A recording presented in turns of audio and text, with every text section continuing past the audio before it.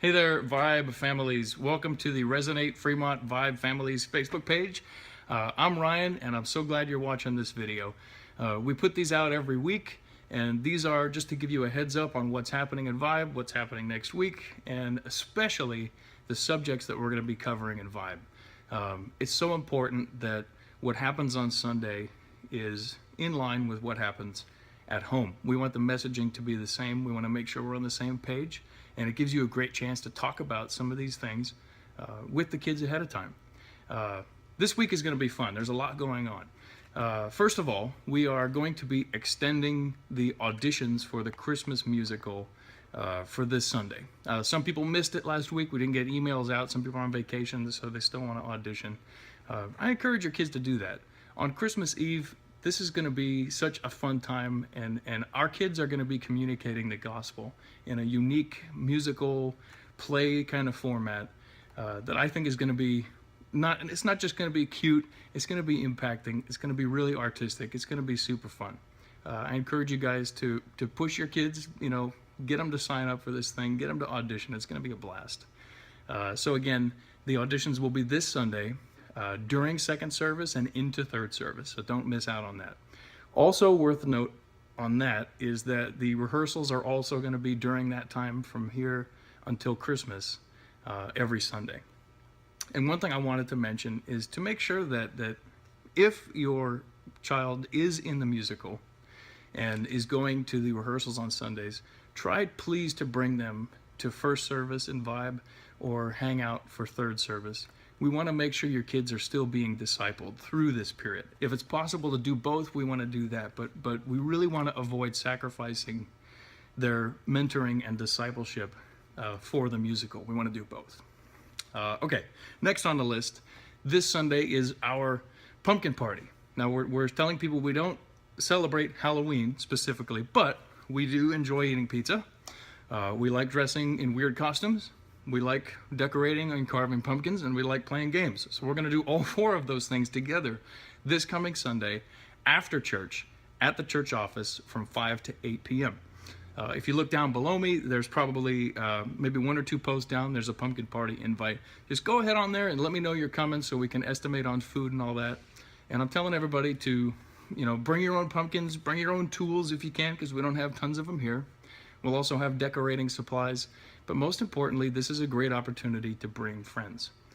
Maybe your kids have friends at school or around the neighborhood and all that maybe they haven't wanted to invite to church just yet.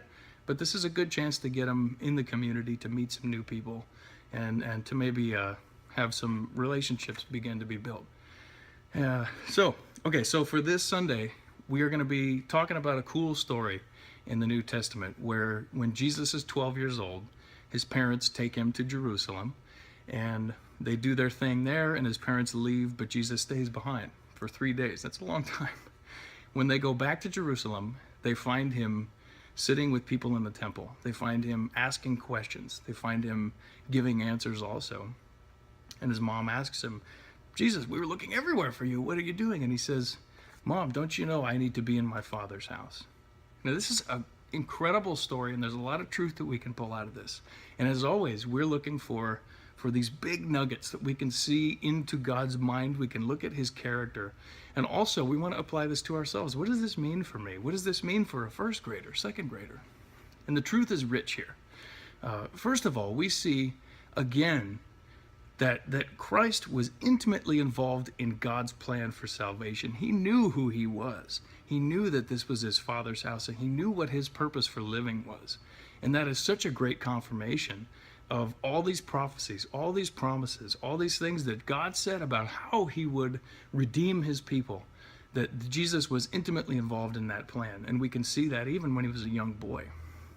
Another incredible thing for me to think about is that God is so humble for having come to earth as a baby, for having been a toddler, for having been a teenager. And this is a story from when he was a kid. But even crazier than that is that the Son of God himself, Jesus Christ, is sitting in the temple asking people questions, listening to their answers, discussing things with people. But it also says that they were amazed at his answers. And I think this is such a cool picture of what humble leadership looks like. The Son of God is sitting there basically coaching people, asking them questions, listening to their answers. And I think this is such a good example for us to look at as we're talking with our kids, as we talk with the kids on Sunday. It's easy for us to sit there and just tell them, this is the truth, you should do this, you should do that, here's what it is, here's what it is. It's another thing for us to lead them, to ask them questions, to listen to the answers, and then give our own. Because when people are led to understand something for themselves, they adopt it. It becomes their own. The understanding goes deeper.